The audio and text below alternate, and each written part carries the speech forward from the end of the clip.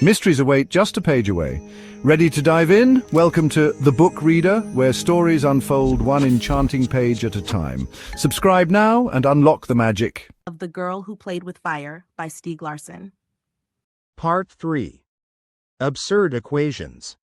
March 23rd to April 3rd. Chapter 19. Wednesday, March 30th to Friday, April 1st. Blomkvist spent Wednesday combing Svensson's material for every reference to Zola. Just as Salander had done earlier, he discovered the folder less than Zola greater than on Svensson's computer and read the three documents, Irina P., Sandstrom, and Zola, and like Salander he discovered that Svensson had a police source by the name of Gulbrandsen. And that marks the end of the current chapter. Thank you for listening to The Book Reader. Stay tuned for the next episode tomorrow. Please subscribe for updates. He traced him to the criminal police in Södertälje, but when he called he was told that Gulbrandsen was on a trip away from the office and would not be back until the following Monday. He could see that Svensson had spent a great deal of time on Irina P. From the autopsy report he learned that the woman had been killed in a slow, cruel way. The murder had taken place at the end of February. The police had no leads as to who the killer might have been, but since she was a prostitute they assumed that it was one of her clients. Blomkvist wondered why Svensson had put the Irina P. document in the less than Zola greater than folder. Evidently he had linked Zola to Irina P., but there were no such references in the text. Presumably he had made the connection late on. The document, Zola, looked like rough working notes. Zola, if indeed he existed, seemed almost like a phantom in the criminal world. He did not seem entirely credible, and the text lacked source references. He closed the document and scratched his head. Solving the murders was going to be a considerably more difficult task than he had imagined. Nor could he avoid being assailed by doubt. Nothing told him unequivocally that Salander was innocent. All he had to go on was his instinct. He knew that she was not short of funds. She had exploited her skills as a hacker to steal a sum of several billion kroner, but she didn't know that he knew this. Apart from when he had been forced to explain her computer talents to Berger, he had never betrayed her secrets to any outsider. He didn't want to believe that Salander was guilty of the murders. He would never be able to repay his debt to her. She had not only saved his life, she had also salvaged his career and possibly Millennium magazine itself by delivering Hans-Erik Wennerstrom's head to them on a platter. And he felt a great loyalty to her. Whether she was guilty or not, he was going to do everything he could to help her when she eventually was caught. But there was so much that he didn't know about her.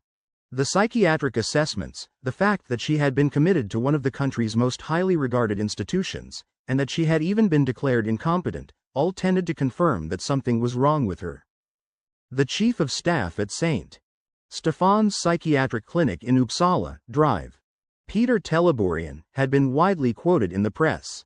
As was appropriate, he had not made statements specifically about Salander but had commented on the national collapse of mental health care.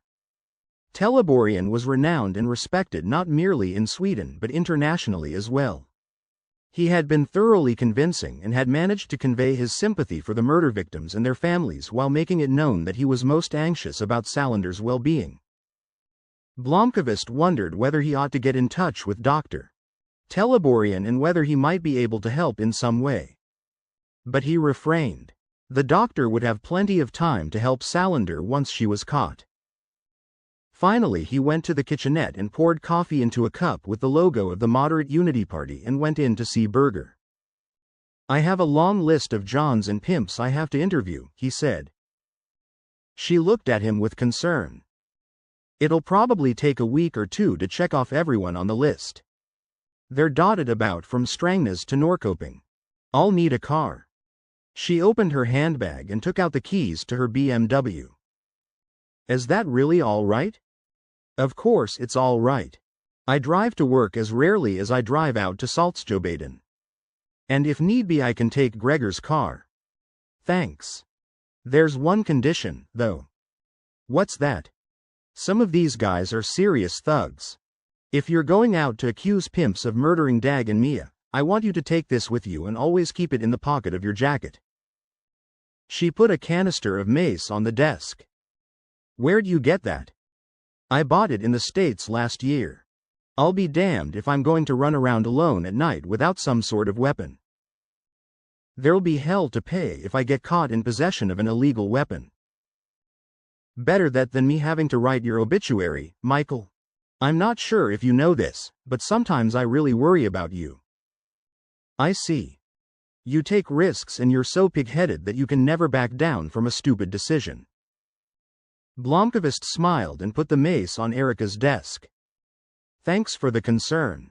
But I don't need it. Mick, I insist. That's fine. But I've already taken precautions. He put his hand in his pocket and pulled out a canister. It was the mace he had taken out of Salander's shoulder bag and had carried with him ever since. Bublansky knocked on the open door of Modig's office and then sat down on the visitor's chair by her desk. Dag Svensson's computer, he said. I've been thinking about that too, she said. I did a timeline of Svensson and Johansson's last day. There are still a few gaps, but Svensson never went to Millennium's offices that day. On the other hand, he did go into the center of town, and at around 4 o'clock in the afternoon he ran into an old school friend. It was a chance meeting at a cafe on Drottninggatan. The friend says that Svensson definitely had his computer. He saw it and even made a comment about it. And by 11 o'clock that night, by the time the police arrived at his apartment, the computer was gone. Correct. What should we deduce from that? He could have stopped somewhere else and for some reason left or forgotten his computer. How likely is that? Not very likely. But he could have dropped it off for repair. Then there's the possibility that there was some other place he worked that we don't know about. For example, he once rented a desk at a freelancer's office near St. Eriksplan. Then, of course, there's the possibility that the killer took the computer with him. According to Armansky, Salander is very good with computers. Exactly, Modig said, nodding. Blomkvist's theory is that Svensson and Johansson were murdered because of the research Svensson was doing. Which would all be on his computer. We're lagging a little behind. 3 murder victims create so many loose ends that we can't really keep up, but we actually haven't done a proper search of Svensson's workplace at Millennium yet. I talked with Erika Berger this morning. She says they're surprised that we haven't been over to take a look at what he left there. We've been focusing too much on the hunt for Salander, and so far we don't have a clue about the motive. Could you? I've made a rendezvous with Berger at Millennium for tomorrow. Thanks. On Thursday, Blomkvist was at his desk talking to Eriksson when a telephone rang somewhere else in the offices. Through the doorway he caught a glimpse of Cortez on his way to answer it. Then he registered somewhere in the back of his mind that it was the phone on Svensson's desk. He jumped to his feet. Stop. Don't touch that phone, he yelled. Cortez had his hand on the receiver. Blomkvist hurried across the room. What the hell was the name of that phony company Svensson made up? Indigo Market Research, this is Michael. May I help you? Hello, my name is Gunnar Bjork. I got a letter saying I've won a mobile phone. Congratulations, Blomkvist said. It's a Sony Ericsson, the latest model. And it's free? That's right, it's free. To receive the gift you only have to be interviewed. We do market research studies and in-depth analyses for various companies. It'll take about an hour to answer the questions. After that your name will be entered in another drawing and you'll have the chance to win 100,000 kroner. I understand. Can we do it over the phone? Unfortunately not. The questionnaire involves looking at company logos and identifying them. We will also be asking about what type of advertising images you like and we show you various alternatives. We have to send out one of our employees. I see, and how did I happen to be selected? We do this type of studies several times a year. Right now we're focusing on a number of successful men in your age group. We've drawn social security numbers at random within that demographic. Bjork finally agreed to a meeting. He told Blomkvist that he was on sick leave and was convalescing at a summer cabin up in Smadalero. He gave directions on how to get there. They agreed to meet on Friday morning. Yes, Blomkvist cried when he hung up the phone. He punched the air with his fist. Eriksson and Cortez exchanged puzzled glances. Paolo Roberto landed at Arlanda at 11:30 on Thursday morning. He had slept during much of the flight from New York, and for once did not have any jet lag. He had spent a month in the United States talking boxing, watching exhibition fights, and looking for ideas for a production he was planning to sell to Strix Television. Sadly, he admitted to himself, he had left his own professional career on the shelf, partly because of gentle persuasion from his family, but also because he was simply feeling his age. It wasn't so much about keeping in shape, which he did with strenuous workouts at least once a week. He was still a name in the boxing world, and he expected to be working in the sport in some capacity for the rest of his life. He collected his suitcase from the baggage carousel. At customs he was stopped and about to be pulled aside when one of the customs officers recognized him. "Hello, Paolo. All you've got in your case is gloves, I presume?" He was crossing the arrivals hall to the escalator down to the Arlanda Express when he stopped short, stunned by Salander's face on the headlines of the evening newspapers. He wondered if he was suffering from jet lag after all. Then he read the headline again. "Hunt for Lisbeth Salander." He looked at the other headline. "Extra. Psychopath sought for triple killing." He bought both the evening papers and the morning ones too and then went over to a cafeteria. He read the articles with growing astonishment. When Blomkvist came home to Belmansgaten at 11 o'clock on Thursday night, he was tired and depressed. He had planned to make it an early night to catch up on his sleep, but he couldn't resist the temptation to switch on his iBook and check his email. Nothing of great interest there, but he opened the less than Lisbeth Salander greater than folder. His pulse quickened when he discovered a new document entitled MB2. He double-clicked. Prosecutor E. is leaking information to the media. Ask him why he didn't leak the old police report.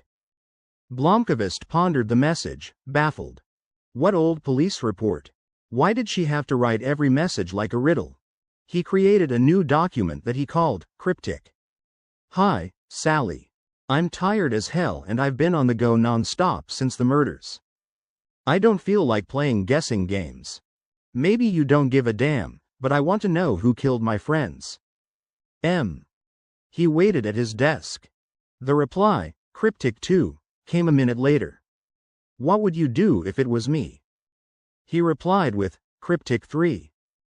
"Lisbeth, if it's true that you've really gone over the edge, then maybe you can ask Peter Teleborian to help you. But I don't believe you murdered Dag and Mia. I hope and pray that I'm right. Dag and Mia were going to publish their exposés of the sex trade. My theory is that could have been the reason for the murders. But I have nothing to go on. I don't know what went wrong between us, but you and I discussed friendship once. I said that friendship is built on two things, respect and trust. Even if you don't like me, you can still depend on me and trust me. I've never shared your secrets with anyone. Not even what happened to Wennerstrom's billions. Trust me. I'm not your enemy. M." Blomkvist had almost given up hope when, nearly 50 minutes later, the file, Cryptic 4, materialized. "I'll think about it." Blomkvist sighed with relief. He felt a little ray of hope. The reply meant exactly what it said. She was going to think about it. It was the first time since, without a word of explanation, she had vanished from his life that she had held out the prospect of communicating with him at all. He wrote, Cryptic 5. "Okay, I'll wait. But please don't take too long." Inspector Fast got the call when he was on Langholmsgatan near Vasterbrunn on his way to work on Friday morning. The police did not have the resources to put the apartment on Lundagatan under 24-hour surveillance, so they had arranged for a neighbor, a retired policeman, to keep an eye on it. "The Chinese girl just came in," the neighbor said. Fast could hardly have been in a more convenient place. He made an illegal turn past the bus shelter onto Helenaborgsgaten just before Vasterbron and drove down Hogelidsgaten to Lundagaten. He was there less than 2 minutes after he got the call and jogged across the street and through to the back building. Miriam Wu was still standing at the door of her apartment staring at the drilled-out lock and the police tape across the door when she heard footsteps on the stairs behind her. She turned and saw a powerfully built man looking intently at her. She felt he was hostile and dropped her bag on the floor and prepared to resort to Thai boxing if necessary. "Are you Miriam Wu?" he said. To her surprise, he held up a police ID. "Yes," she said. "What's going on here? Where have you been staying the past week?" "I've been away." "What happened? Was there a break-in?" "I'm going to have to ask you to come with me to Kingsholmen," he said, putting a hand on her shoulder. Bublansky and Modig watched as Miriam Wu was escorted by Fast into the interview room. She was plainly angry. "Please have a seat. My name is Criminal Inspector Jan Bublansky, and this is my colleague Inspector Sonia Modig. I'm sorry we've had to bring you in like this, but we have a number of questions we need answered." "Okay. But why? That guy isn't very talkative." She jerked a thumb at Fast.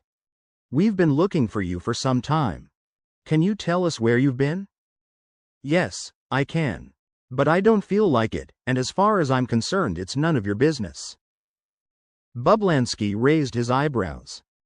"I come home to find my door broken open and police tape across it, and a guy pumped up on steroids drags me down here. Can I get an explanation?" "Don't you like men?" Fast said. Miriam Wu turned and stared at him, astonished. Bublansky gave him a furious look. "You haven't read any newspapers in the past week? Have you been out of the country?" "No, I haven't read any papers.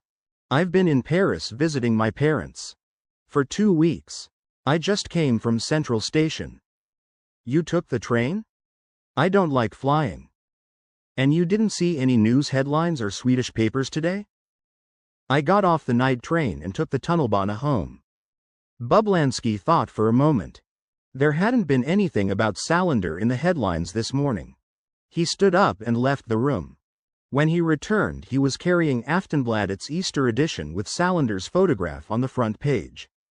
Miriam Wu almost flipped. Blomkvist followed the directions that Björk had given him to the cabin in Smadalero. As he parked, he saw that the cabin was a modern one-family home which looked to be habitable all year round. It had a view of the sea towards the Jungfraharden inlet. He walked up the gravel path and rang the bell. Björk was clearly recognizable from the passport photograph that Svensson had in his file. "Good morning," Blomkvist said. "Good, you found the place. Thanks to your directions. Come in. We can sit in the kitchen." Björk appeared to be in good health, but he had a slight limp. "I'm on sick leave," he said.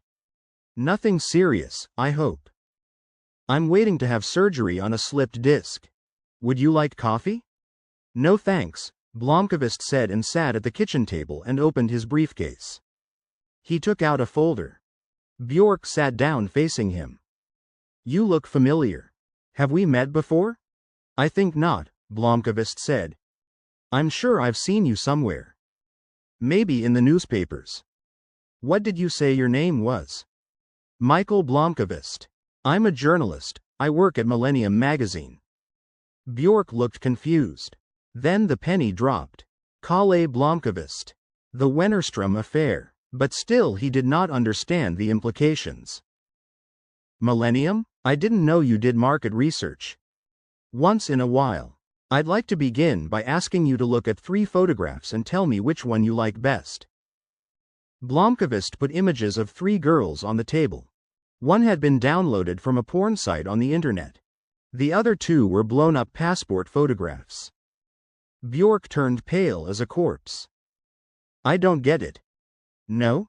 This is Lydia Komarova, 16 years old, from Minsk. Next to her is Myung So Chin, goes by the name of JoJo, from Thailand. She's 25. And lastly we have Yelena Beresova, 19, from Tallinn. You bought sex from all 3 of these women, and my question is, Which one did you like best? Think of it as market research. To sum up, you claim that you have known Lisbeth Salander for about 3 years. Without expecting to be remunerated, she signed over her apartment to you this spring and moved somewhere else.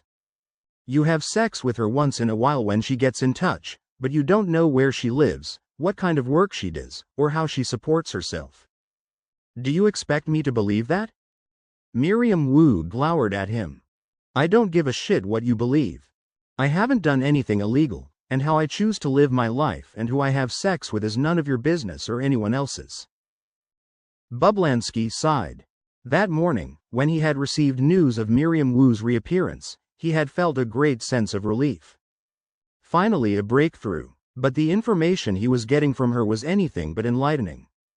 It was most peculiar, in fact. And the problem was that he believed her. She gave clear, intelligible answers, without hesitation. She cited places and dates when she had met Salander, and she gave such a precise account of how it came about that she had moved to Lundagaden that Blomkvist and Modig both strongly felt that such a bizarre story had to be true. Fast had listened to the interview with mounting exasperation, but he managed to keep his mouth shut. He thought that Blomkvist was too lenient by far with the Chinese girl, who was an arrogant bitch and used a lot of words to avoid answering the only question that mattered. Namely, where in burning hell was that fucking whore Salander hiding? But Wu did not know where Salander was. She did not know what kind of work Salander did. She had never heard of Milton Security. She had never heard of Dag Svensson or Mia Johansson, and consequently she could not provide a single scrap of information of any interest. She had had no idea that Salander was under guardianship, or that in her teens she had been committed, or that she had copious psychiatric assessments on her CV. On the other hand, she was willing to confirm that she and Salander had gone to Kvarnen and kissed and then gone home to Lundagaden and parted early the next morning. Days later Miriam Wu had taken the train to Paris and missed all the headlines in the Swedish papers. Apart from a quick visit to return her car keys, she had not seen Salander since that evening at Kvarnen. Car keys? Blomkvist asked. Salander doesn't own a car.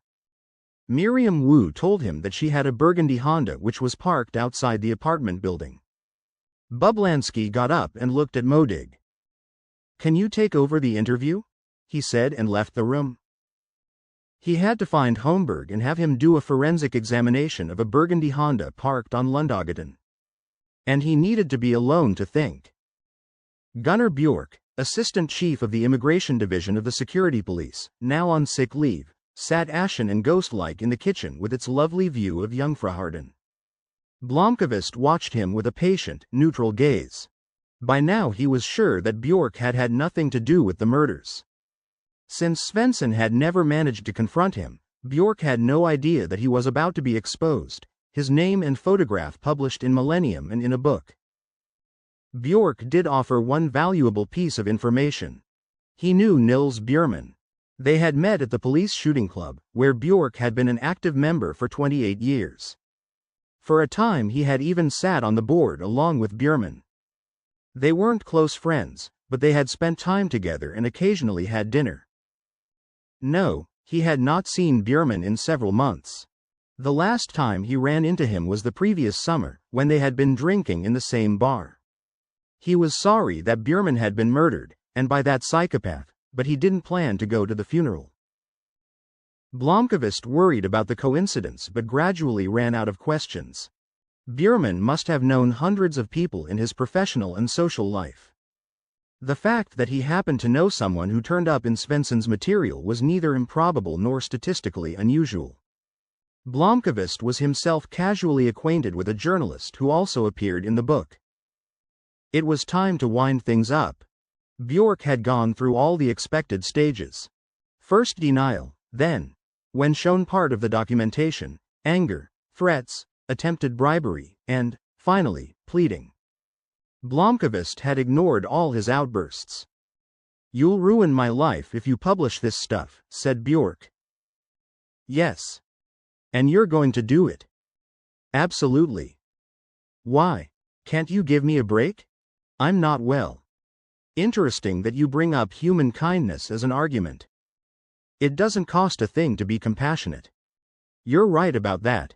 While you moan about me destroying your life, you've enjoyed destroying the lives of young girls against whom you've committed crimes. We can prove 3 of them. God knows how many others there are. Where was your compassion then? He picked up his papers and stuffed them into his briefcase. I'll find my own way out.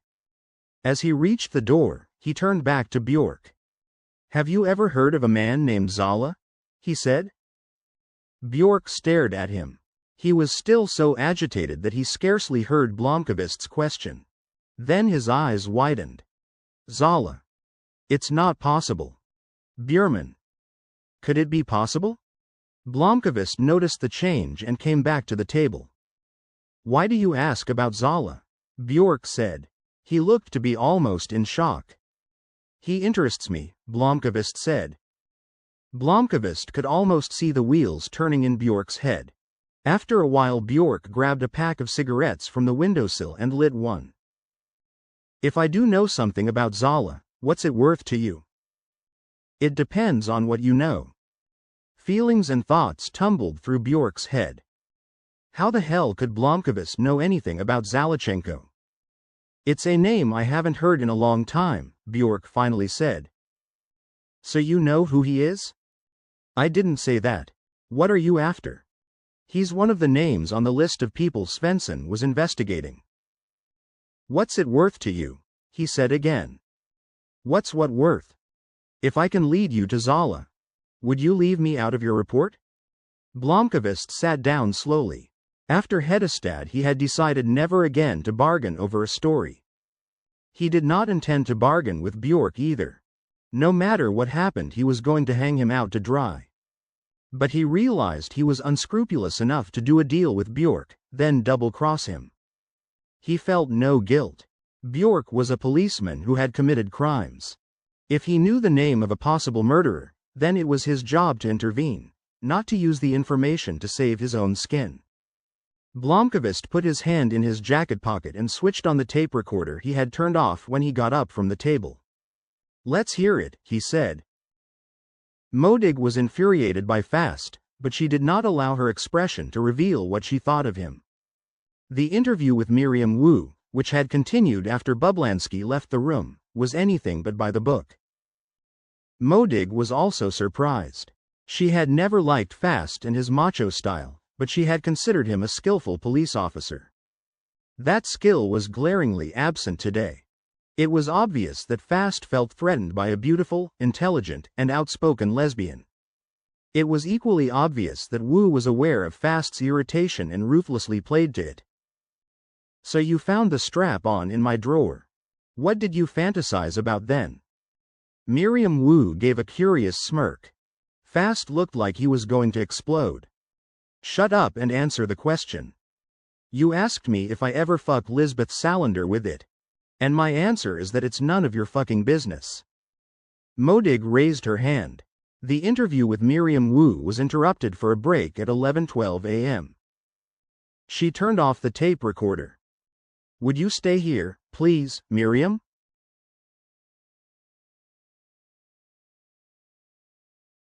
Fast, I'd like a word with you.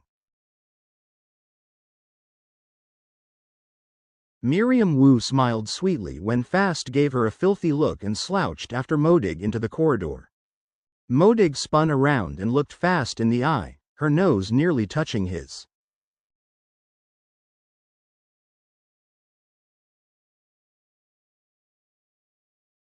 Bublansky assigned me to take over the interview. Your help's not worth shit. Oh, come off it. That surly cunt is squirming like a snake. Could there be some sort of Freudian symbolism in your choice of similes? What? Forget it. Go and find Kurt and challenge him to a game of tic-tac-toe, or go and shoot your pistol in the clubroom, or do whatever the hell you want. Just stay away from this interview. Why the hell are you acting this way, Modig? Because you're sabotaging my interview. Are you so hot for her that you want to have her all to yourself? Before Modig could stop herself, her hand shot out and slapped Fast across the face. She regretted it instantly, but it was too late. She glanced up and down the hall and saw that there were no witnesses, thank God. At first Fast looked surprised. Then he sneered at her, tossed his jacket over his shoulder, and walked away.